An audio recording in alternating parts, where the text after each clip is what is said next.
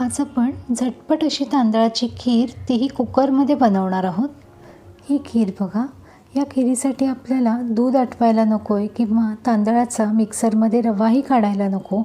झटपट कुकरच्या अवघ्या 2 शिट्ट्यांमध्ये ही अशी खीर बनवून तयार होते आणि चवीलाही अतिशय सुरेख लागते। नमस्कार, मी श्रद्धा स्वागत करते तुम्हा सर्वांचं श्रद्धाज रेसिपीजमध्ये।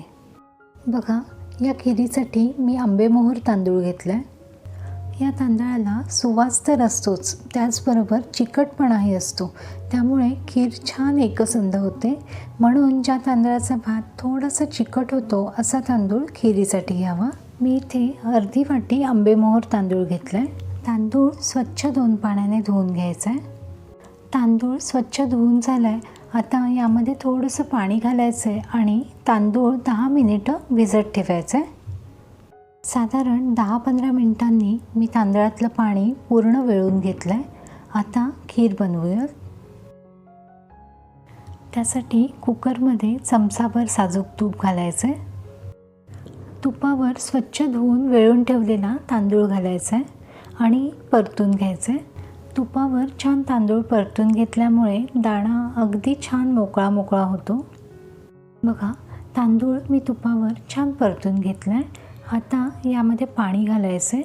आपण अर्धी वाटी तांदूळ घेतला आहे, त्यासाठी हे 1 वाटी पाणी घालायचं आहे। सगळं छान मिसळून घ्यायचं आहे।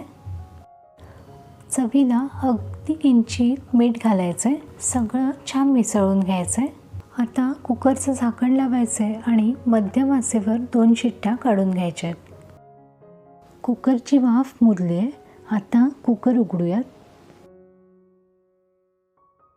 बघा, मोकळा मोकळा असा तांदूळ शिजलाय। आता गरम असतानाच तांदूळ आपल्याला मॅश करून घ्यायचा आहे।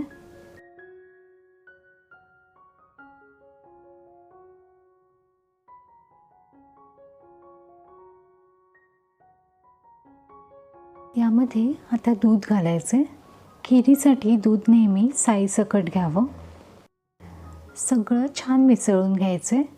आता जरी यामध्ये थोड्याशा गुठळ्या वाटत असल्या तरी आपण जशी जशी खीर हलवत राहू तशा त्या गुठळ्या मोडल्या जातात।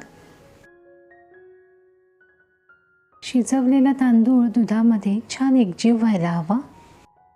अर्धी वाटी आंबेमोहोर तांदळासाठी 1 वाटी पाणी शिजवण्यासाठी आणि नंतर अर्धा लिटर दूध आणि अर्धी वाटी साखर, हे अगदी योग्य आणि सोपं प्रमाण आहे। बघा, दूध, शिजवलेला तांदूळ सगळं छान मिळून आलंय। आता यामध्ये अर्धी वाटी साखर घालायची। छान ताजा ओला नारळ घालायचा आहे। ओल्या नारळाची अतिशय सुरेख चव या खीरीमध्ये येते। सगळं छान मिसळून घ्यायचं आहे। बघा, खीर छान एकसंध वाटू लागले। एकीकडे दूध, एकीकडे तांदूळ असं अजिबात झालेलं नाही आहे।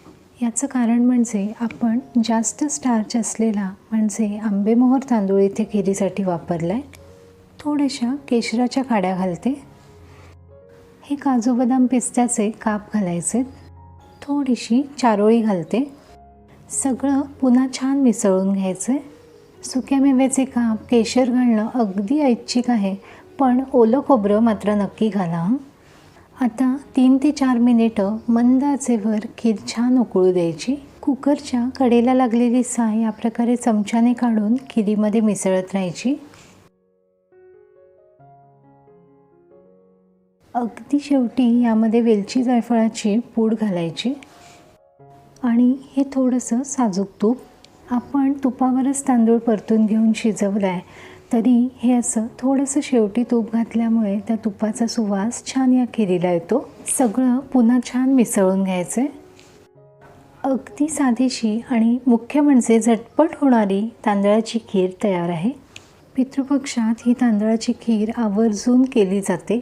यामध्ये दूध असल्यामुळे आपल्या पोटाला ती थंड तर असतेच, पण शिजवलेला भात असल्यामुळे पचायलाही अतिशय हलकी होते। ही अशी तांदळाची खीर करून बघा आणि तुमचे अभिप्राय मला जरूर कळवा। धन्यवाद।